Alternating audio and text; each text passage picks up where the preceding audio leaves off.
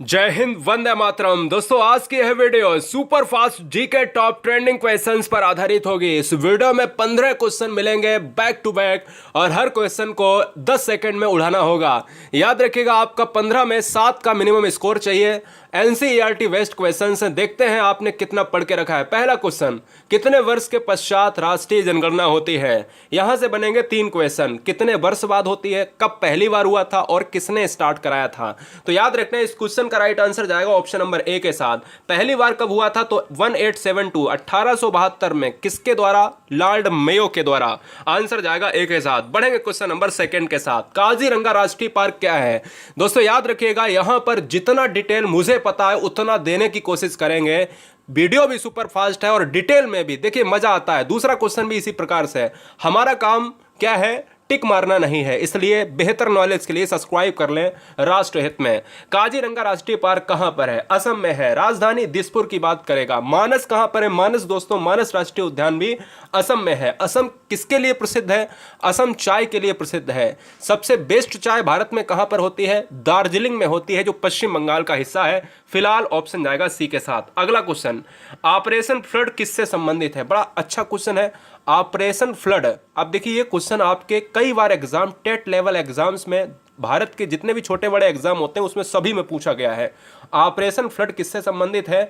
तो याद रखना है कि जब सबसे पहले एग्जाम आपका हुआ था टेट एग्जाम, उसमें भी पूछा गया था 2011 में, और इसके बाद छोटे बड़े एग्जाम सभी में पूछा जा रहा है। बहुत ट्रेंडिंग क्वेश्चन है। आंसर जाएगा डी के साथ। कभी कभी याद रखिएगा, कभी कभी ऑपरेशन फ्लड में क्या होता है? दुग्ध का उत्पादन, आयात हम नहीं मार सकते। डेयरी विकास, आप याद रखना है, डेयरी विकास में क्या होता है? उत्पादन ही तो होगा। डेवलपमेंट की बात करी गई ना विकास के संबंध में, तो आंसर ऑप्शन नंबर डी के साथ चला जाएगा। अगला क्वेश्चन, पृथ्वी और सूर्य के बीच अधिकतम दूरी किस तिथि को मानी जाती है? अब ध्यान दीजिएगा, पृथ्वी की बात करें, एक सूर्य है और एक आपका अर्थ है। इसके बीच में दो से तीन क्वेश्चन बनते हैं। एक तो क्वेश्चन बनता है कि सबसे ज्यादा, सबसे अधिकतम दूरी किसको मानते हैं? तो उसको मानते हैं 4 जुलाई को।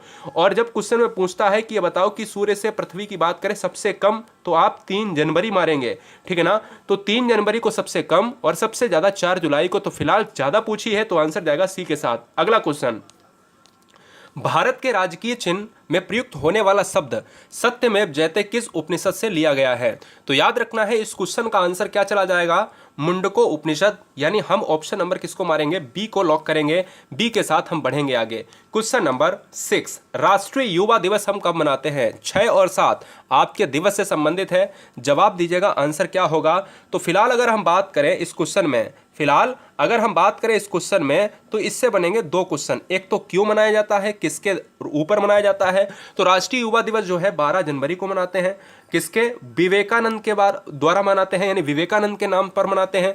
रामकृष्ण मिशन की स्थापना किसने करी है? स्वामी विवेकानंद ने ही करी है। अगला क्वेश्चन, राष्ट्रीय पक्षी दिवस हम कब मनाते हैं? तो ध्यान दीजिएगा, अगर क्वेश्चन में पूछा जाए राष्ट्रीय पक्षी दिवस, और अगर क्वेश्चन में यह पूछा जाए कि वर्ल्ड लेवल पर, तो राष्ट्रीय पक्षी दिवस के लिए आपको 12 नवंबर याद रखना है, और वर्ल्ड लेवल के लिए आपको 8 मई का हमेशा याद रखना है कि वर्ल्ड लेवल में आपको 8 मई, और फिलहाल यही क्वेश्चन आएगा 12 नवंबर को हम क्या मनाते हैं? राष्ट्रीय पक्षी दिवस मनाते हैं। पक्षी के अध्ययन को हम क्या कहते हैं? पक्षी के अध्ययन को हम कहते हैं ऑर्निथोलॉजी कहते हैं। कई बार एग्जाम में पूछा गया है कि ऑर्निथोलॉजी किसके लिए जाना जाता है? सलीम अली कौन थे? तो सलीम अली दोस्तों पक्षी विज्ञानी थे।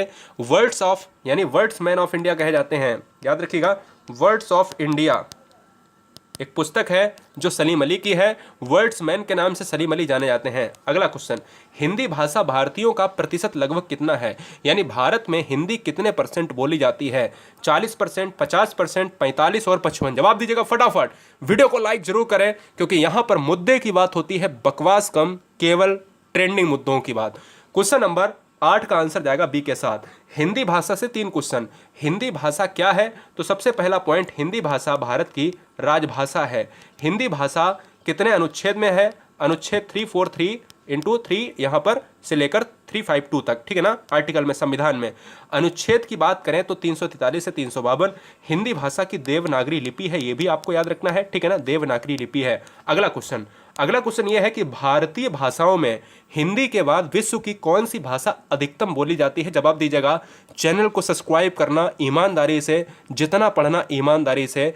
पहला क्वेश्चन आपने किया, 8 क्वेश्चन आपने किए, हमें उम्मीद है कि आपका स्कोर आधे से ज्यादा हो गया होगा 8 क्वेश्चन तक। क्वेश्चन नंबर 9, भारतीय भाषाओं में हिंदी के बाद विश्व की कौन सी भाषा अधिकतम बोली जाती है? तो आंसर अगर आप तमिल मार रहे हैं तो बिल्कुल गलत है। बांग्ला भाषा हिंदी के बाद विश्व में, विश्व की कौन सी भाषा? भारतीय भाषाओं में विश्व लेवल की बात कर रहा है दोस्तों, इसलिए बांग्ला को मारेंगे, तेलुगु तमिल नहीं मारेंगे। अगला क्वेश्चन, ग्रांड ट्रंक रोड किसने बनवाया था? ये तो क्वेश्चन बच्चा बच्चा जानता है यार। जवाब दीजिएगा कि ग्रांड ट्रंक रोड किसने बनवाया था।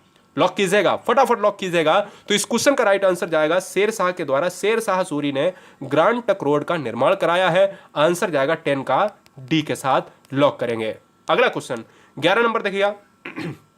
स्वर्णिम चतुर्भुज परियोजना किससे संबंधित है? जरा हमें बताने का कष्ट करें कि स्वर्णिम चतुर्भुज परियोजना किससे संबंधित है। तो दोस्तों यार याद रखो, इस क्वेश्चन में कुछ भी नहीं है। स्वर्णिम चतुर्भुज परियोजना की बात करें तो भारत में जवाहरलाल नेहरू के काल की अगर हम बात कर लें, या अगर हम अटल बिहारी वाजपेयी के काल की बात कर लें, तो हम अटल बिहारी वाजपेयी की काल की अगर हम बात करें तो हम कहेंगे सर चार जो है महानगरों को, चार जो है आपके बहुत हाईटेक सिटी को जोड़ा गया।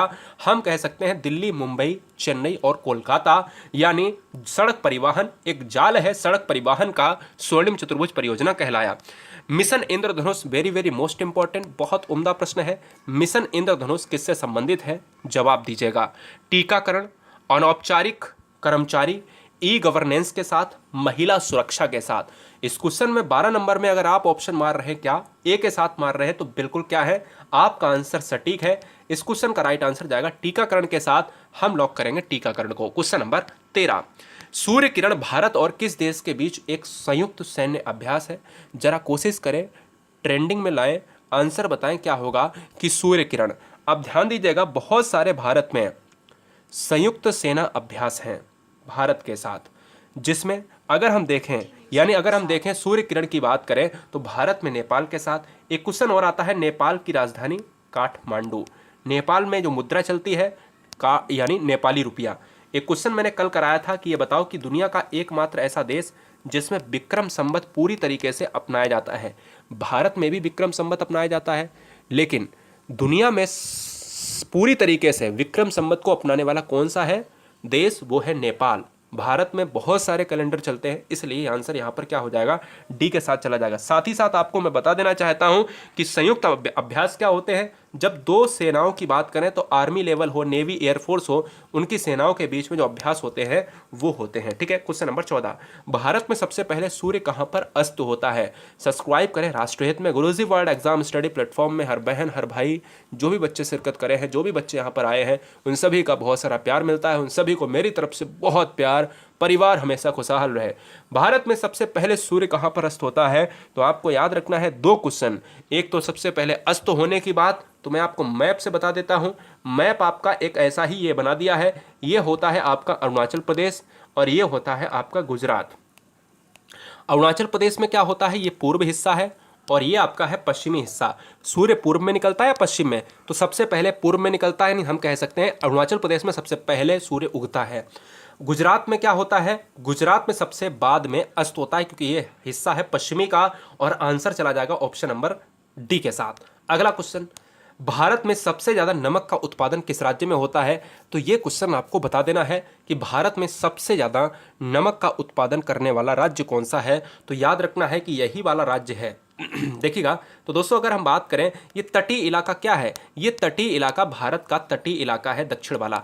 और इसमें पानी का जो है अथाह संसार है, आप देख सकते हैं। तो हम ये कहेंगे कि जो आपका ये वाला जो इलाका है ना, गुजरात वाला जो इलाका है, ये क्या है, सबसे लवणीय क्षेत्र है, नमकीन क्षेत्र है। गुजरात की सबसे लंबी तटीय रेखा है, इसलिए पानी ज़्यादा मिलता है, नमक का उत्पादन ज़्यादा होता है। आंसर भी डी के साथ चला जाएगा। सब्सक्राइब करने के लिए हर बहन हर भाई का दिल से धन्यवाद। गुरुजी वर्ल्ड एग्जाम स्टडी में 9:30 बजे आपको टॉप लेवल के क्वेश्चन जीके ट्रेंड कराते हैं, इसलिए बेहतर कम समय में बेहतर नॉलेज अप्रोच करने के लिए राष्ट्र हित में सब्सक्राइब करें। साथ ही साथ टेलीग्राम पर पीडीएफ के लिए GURUJI एक स्पेस WORLD गुरुजी वर्ल्ड का टेलीग्राम है, ज्वाइन करें। इनकलाब जिंदाबाद, वंदे मातरम। स्वस्थ रहिए, मस्त रहिए और आप ऐसे ही दुरुस्त रहिएगा, क्योंकि स्वस्थ शरीर में स्वस्थ मस्तिष्क का निर्माण होता है गाइस। जय हिंद, वंदे मातरम।